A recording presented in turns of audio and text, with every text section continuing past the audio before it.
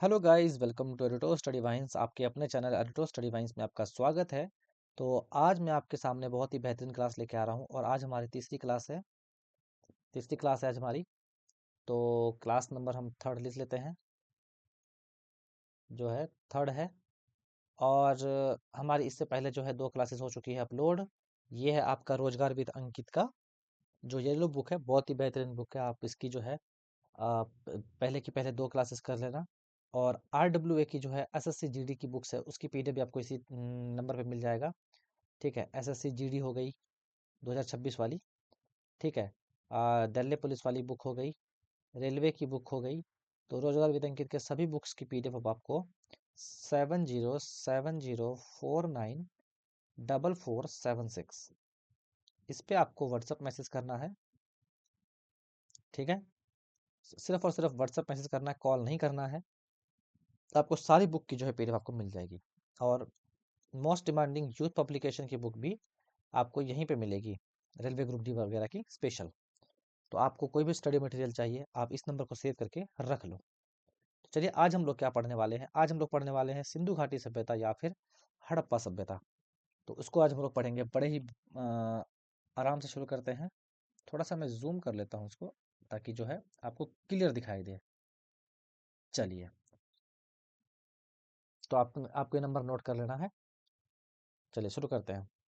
तो radio carbon पद्धति का नाम आपने सुना होगा, जो कि रेडियो कार्बन पद्धति, रेडियो कार्बन 14। ठीक है, रेडियो कार्बन 14 जो है, C14 जो है इसका नाम है। इस पद्धति द्वारा क्या होता है ना कि काल का निर्धारण किया जाता है कि इतना साल पुराना काल है। मान लो पत्थर से पता लग जाता है। अगर कोई पत्थर आपके सामने मिल जाएगा, उस पत्थर का अगर आपको पता लगाना है कि पत्थर कितना पुराना है, तो रेडियो कार्बन 14 पद्धति के द्वारा जो है पता लगा सकते हो। तो रेडियो कार्बन 14 पद्धति द्वारा जो है सिंधु घाटी सभ्यता का काल जो है निर्धारण क्या किया गया है। कहते हैं कि सिंधु घाटी सभ्यता जो है 2500 ईसा पूर्व से लेके 1750 ईसा पूर्व तक का जो है काल माना गया है। तो हड़प्पा टीले का सर्वप्रथम उल्लेख जो है 1826 में चार्ल्स मैसन ने किया था। किसने किया था? चार्ल्स मैसन ने किया था। तो जितने भी इंपॉर्टेंट पॉइंट्स है आप उसको नोट डाउन करके रखो। और डेली क्लास अपडेट के लिए आप हमारे टेलीग्राम को, डिस्क्रिप्शन में टेलीग्राम होगा, व्हाट्सअप होगा, दोनों चैनल को ज्वाइन कर लेना। तो आपको ये नाम याद रखना है कि जो हड़प्पा टीला था उसका सर्वप्रथम उल्लेख जो है 1826 में चार्ल्स मैसन ने किया था। हड़प्पा संस्कृति को जो है कांस्ययुगीन सभ्यता भी कहा जाता है। याद रखिएगा, कौन सा? कांस्ययुगीन सभ्यता भी कहा जाता है। यहाँ के लोग जो है तांबे में टीन मिलाकर कांसा यानी कि कांस्य की जो है बनाने की विधि इनको आती थी। क्योंकि आपको पता है, अगर आप तांबा में अगर आप टीना मिला दें, टीना पिघला के मिला दें, तो वह कांसा बन जाता है। ठीक है, इस पद्धति की जानकारी जो है हड़प्पा सभ्यता के लोगों को थी। आपको ये बात याद रखना है, इसलिए इसको कांस्ययुगीन सभ्यता भी कहते हैं।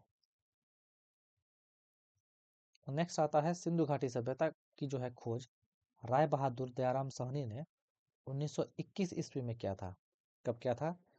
राय बहादुर दयाराम साहनी ने 1921 ईस्वी में किया था। इसको याद रखना है। नेक्स्ट है सिंधु घाटी सभ्यता के जो है मुख्य निवासी द्रविड़ और भूमध्य सागरीय थे। जो सिंधु घाटी सभ्यता के मुख्य निवासी थे वह द्रविड़ तथा भूमध्य सागरीय थे। सिंधु घाटी सभ्यता एक नगरीय सभ्यता थी। याद रखिएगा, कैसी सभ्यता थी? एक नगरीय सभ्यता थी।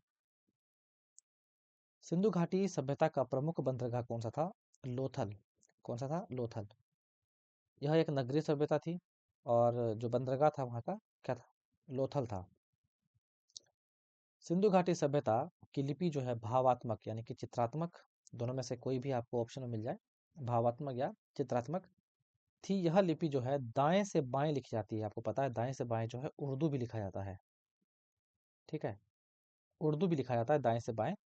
तो सिंधु घाटी सभ्यता की लिपि भी क्या थी? भावात्मक थी और यह लिपि जो है दाएं से बाएं लिखी जाती है। सिंधु घाटी सभ्यता में नगर तथा घरों को बनाने के लिए जो है ग्रिड पद्धति का जो है ग्रिड पद्धति का जो है अपनाई गई। तो ये ग्रिड पद्धति आपको याद रखना है, स्टार लगा लीजिए इस पे। ठीक है, जो नगर तथा घरों को बनाने के लिए जो है ग्रिड पद्धति अपनाई गई थी सिंधु घाटी सभ्यता में। तो सिंधु घाटी समाज का जो है समाज कैसा था, मातृसत्तात्मक था। यानी कहा जाए तो यहाँ पे माताएं, ठीक है, या बोले तो माताएं या फिर महिलाएं, महिला प्रधान होती थी, प्रधान होती थी। तो जो इंपॉर्टेंट लाइन होंगे मैं आपको बगल बगल में लिखाता चलूंगा, आपको टेंशन नहीं लेना है। ठीक है। तो सिंधु घाटी जो सिंधु समाज था वो कैसा था, वो मातृसत्तात्मक समाज था। याद हो जाएगा आपको। नेक्स्ट है, सिंधु घाटी सभ्यता के लोग जो है मिठास के लिए शहद का प्रयोग करते थे। सैंथोबासी दशमलव प्रणाली के, कौन सी प्रणाली, दशमलव प्रणाली के आधारित बांट का जो है प्रयोग करते थे। दशमलव प्रणाली पर आधारित बांट का प्रयोग करते थे। लोथल से जो है घोड़े की लघु मृण मूर्ति प्राप्त हुई। लोथल से क्या हुई, घोड़े की लघु मृण मूर्ति जो है प्राप्त हुई। जुते हुए खेत के साक्ष्य जो है कालीबंगा से प्राप्त हुए। कालीबंगा से जुते हुए खेत के जो है साक्ष्य भी प्राप्त हुए हैं, आपको ये बात याद रखनी है। ये मैंने पहले ये सब पढ़ा दिया था, मैं हटा देता हूँ सबको। चलो हट जाओ भाई। मैंने एक क्लास लिया था पहले, लेकिन उसमें आवाज़ नहीं आई थी, मुझे दोबारा मेहनत करना पड़ रहा है। कोई नहीं, दोबारा रिवीजन हो रहा है भाई मेरा, इस बात का टेंशन नहीं है। तो आप लोग कभी बार बार आप वीडियो देखो, आपका भी रिवीजन हो जाएगा। तो अगला है कि जो नक्शादी क्या बोलते हैं इसको, नक्काशीदार, नक्काशीदार ईंटें का प्रयोग जो है इसका पहले जो है नक्शा, सॉरी नक्काशीदार, कितना कंफ्यूजन नाम है ये, नक्काशीदार ईंटों का जो है प्रयोग करने का जो है साक्ष्य कालीबंगा से ही प्राप्त हुआ है। 1948 में ऑर्नेस्ट मैके ने उल्लेख किया कि हड़प्पा सभ्यता के लोथल शहर में जल निकासी की व्यवस्था हेतु नालियों की जो है पक्की ईंटों से बनाया गया था। तो जल निकासी की जो प्रथा थी वह 1948 में अनरेस्ट मैके ने उल्लेख किया इसके बारे में। तो लोथल ऐसी जगह थी जहाँ पे पक्की नालियाँ जो है पता चला, पक्की नालियों के बारे में पता चला।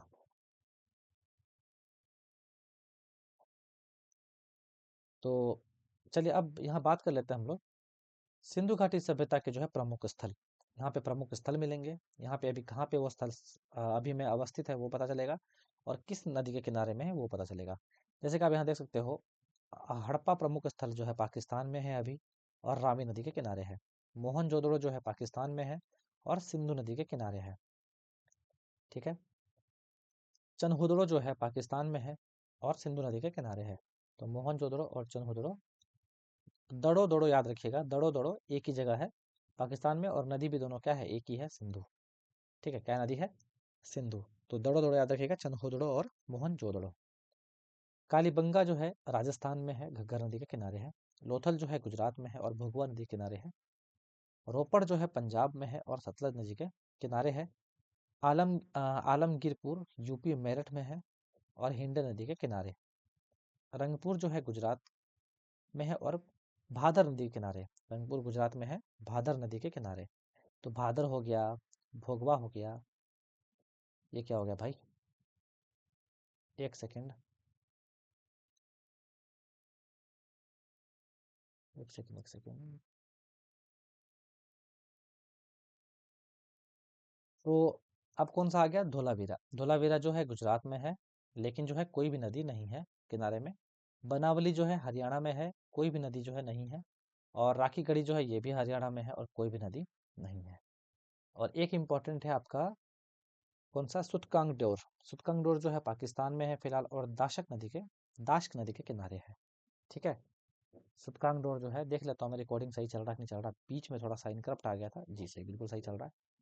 चलिए, नेक्स्ट है आपका हड़प्पा कालीन स्थल जो है सुरकोटदा, ये भी गुजरात में स्थित है, ये भी आपको याद रखना है। सुतकांगडोर जो है अलग है, और सुरकोटदा जो है ये अलग है, दोनों सू से शुरू होते हैं, इसलिए आप कंफ्यूज मत होइएगा। ठीक है। नेक्स्ट है भारत का सबसे प्राचीन नगर जो है कौन सा है, ये याद रखेगा। भारत का सबसे प्राचीन नगर जो है मोहनजोदड़ो था। कौन सा था, भारत का, इंपॉर्टेंट है ये, भारत का सबसे प्राचीन नगर जो है मोहनजोदड़ो था। और इसको जो है मृतकों का टीला कहा जाता है। तो क्वेश्चन पूछा जाता है कि इस मृतकों का टीला जो है किस भाषा में जो है कहा गया है। याद रखना सिंधी भाषा में, सिंधी भाषा में कहा गया। ये भी इंपॉर्टेंट है, रेलवे ग्रुप डी में पूछा गया क्वेश्चन है। चलिए, मोहनजोदड़ो से प्राप्त, क्योंकि देखिए हम लोग वाई सिटी पब्लिकेशन का रेलवे ग्रुप डी का भी क्लासेस करवाते हैं, तो आप उसको भी देखिएगा। मोहनजोदड़ो से प्राप्त सबसे बड़ी इमारत जो है कौन सी है? अन्नागार है। पहली बात तो मोहनजोदड़ो क्या है? सबसे प्राचीन नगर है, और यहाँ पे सबसे बड़ी इमारत कौन सी है? अन्नागार है। मोहनजोदड़ो से एक कांस्य की मूर्ति नर्तकी मिली है, नाचते हुए आकार की दिखने वाली एक मूर्ति वहां से मिली है। ठीक है। हड़प्पा कालीन स्थल जो है मोहनजोदड़ो पाकिस्तान के सिंध प्रांत में अवस्थित है। मैंने आपको बताया था सिंधु नदी के किनारे है और पाकिस्तान के सिंध प्रांत में है। हड़प्पा कालीन स्थल जो मोहनजोदड़ो है वह उसको जो है सिंध का बाग कहा जाता है, ये भी आपको याद रखना है। पहली बात, ये सिंध का प्रांत है और सिंध का बाग भी मोहनजोदड़ो को कहते हैं। सिंधु घाटी सभ्यता के मोहनजोदड़ो स्थल एक अद्भुत जो है विशाल जो है स्नानागार का साक्ष्य प्राप्त हुआ है। तो यहाँ पे जो है वो विशाल स्नानागार, जिसको स्विमिंग स्विमिंग पूल बोलते हैं, स्विमिंग पूल, बस वही है। ठीक है। क्या है? विशाल है, मतलब बहुत बड़ा है। कहाँ से प्राप्त हुआ है? मोहनजोदड़ो से। हड़प्पा सभ्यता के जो है दक्षिणतम स्थल कौन सा? दैमाबाद। याद रखिएगा, हड़प्पा सभ्यता सभ्यता का सबसे दक्षिणतम स्थल कौन सा है? दैमाबाद है, जो कि महाराष्ट्र में है। यहाँ से जो है रथ की मूर्ति या फिर जो है रथ की प्रतिमा जो है प्राप्त हुई है। आपको ये बात याद रहेगा। दैमाबाद क्या है? सबसे पहली बात है, दैमाबाद जो है महाराष्ट्र में स्थित है और सबसे दक्षिणतम स्थल है, सबसे दक्षिणतम स्थल है हड़प्पा सभ्यता का। यहाँ से रथ की मूर्ति या फिर प्रतिमा प्राप्त हुई है। हड़प्पा सभ्यता की जो है प्रमुख फसल कौन सी है? गेहूं और जौ थी। ये सूती एवं ऊनी वस्त्रों का जो है प्रयोग करते थे। कौन सा? सूती एवं ऊनी वस्त्रों का प्रयोग करते थे। अग्निकुंड लोथल का जो है तथा कालीबंगा से प्राप्त हुए हुए हैं। कालीबंगा का अर्थ है काली चूड़ियां। कालीबंगा क्या अर्थ है? काली चूड़ियां। मनके बनाने के कारखाने जो है लोथल तथा चनहोदड़ो से प्राप्त हुए हैं। चावल के साक्ष्य कहाँ से? लोथल से प्राप्त हुए हैं। हड़प्पा की मोहरों पर जो है एक सींग वाले पशु का चित्र मिलता है, और जो मोहर है जो है खेल खड़ी के पत्थर से बनी होती थी। जो मोहरें होती थी वह खेल खड़ी के पत्थर से बनी होती थी। सिंधु घाटी सभ्यता के लोग जो है मातृ देवी की पूजा करते थे। मैंने आपको बताया था कि मातृ सत्तात्मक जो है यहाँ पे, और मातृ देवी की ही पूजा की जाती है। थोड़ा सा इसको और बड़ा कर लेते हैं, ठीक है, ताकि आपको अच्छे से समझ में आए।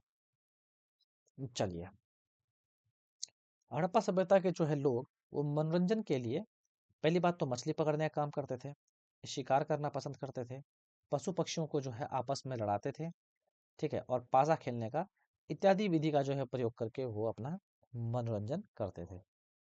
इसको तलवार का ज्ञान जो है नहीं था। याद रखिएगा, ये इंपॉर्टेंट है कि तलवार का ज्ञान उस समय नहीं था। ठीक है, हड़प्पा सभ्यता वालों को। और आग में पकी हुई मिट्टी को जो है टेराकोटा कहा जाता है। ये इंपॉर्टेंट है, ये वाला लाइन इंपॉर्टेंट है कि आग, ये इंपॉर्टेंट लाइन है कि आग से जो है पकी हुई मिट्टी को जो है टेराकोटा कहा जाता है। सिंधु घाटी सभ्यता के लोग जो है लाल मिट्टी से बर्तन बनाते थे, लेकिन उस पे जो है काले रंग से जो है डिजाइन करते थे। ठीक है, लाल रंग से, लाल मिट्टी से बर्तन बनाते थे और काले रंग से जो है डिजाइन करते थे। सिंधु घाटी सभ्यता के विनाश का कारण क्या था? बाढ़ था। कहते हैं कि बाढ़ ही आई और जिसके कारण जो है मिट्टी से जो है पूरा दब गया, सारी इमारतें, सारा खेत खलिहान, पूरा अस्तित्व ही जो है ढका चला गया। इसलिए उसकी अभी खुदाई की जा रही है, वहां से मिट्टी निकल रहा है, तो दिख रहा है कि वहां पे घर था, विशाल स्नानागार था, चावल वावल कुछ मिल गए हैं। अब पता नहीं उस समय के सड़े हुए अभी कैसे मिल रहे हैं, लेकिन मिल रहे हैं साक्ष्य। ठीक है, तो ये थी थोड़ी सी कहानी सिंधु घाटी सभ्यता की। अब जो है नेक्स्ट हमारा क्लास स्टार्ट हो रहा है, वो है आपका वैदिक सभ्यता। ठीक है, क्या है? वैदिक सभ्यता। और वैदिक सभ्यता की क्लास हम लोग कल से स्टार्ट करेंगे। तो कोई भी RWA की कोई भी बुक की जो है PDF के लिए, या फिर YCT पब्लिकेशन जिसको हम लोग यूथ पब्लिकेशन बोलते हैं, या फिर कोई अदर जो है एग्जाम की प्रिपरेशन के लिए अगर आप कोई मटेरियल खोज रहे हैं, तो आपको 70704944 76 जो कि स्क्रीन पे भी चल रहा होगा नंबर, उस पर आप कॉन्टैक्ट कीजिए। आपको जो है सिर्फ और सिर्फ व्हाट्सअप मैसेज करना है, ठीक है, व्हाट्सअप मैसेज करना है, जिससे कि सारा का सारा PDF जो है आपका हो जाएगा बहुत ही नॉमिनल कॉस्ट पे। तो हम लोग कल से जो है वैदिक सभ्यता स्टार्ट कर रहे हैं। आई होप आपको समझ में आया होगा आज की क्लास। मिलते हैं नेक्स्ट वीडियो में। Thank you so much.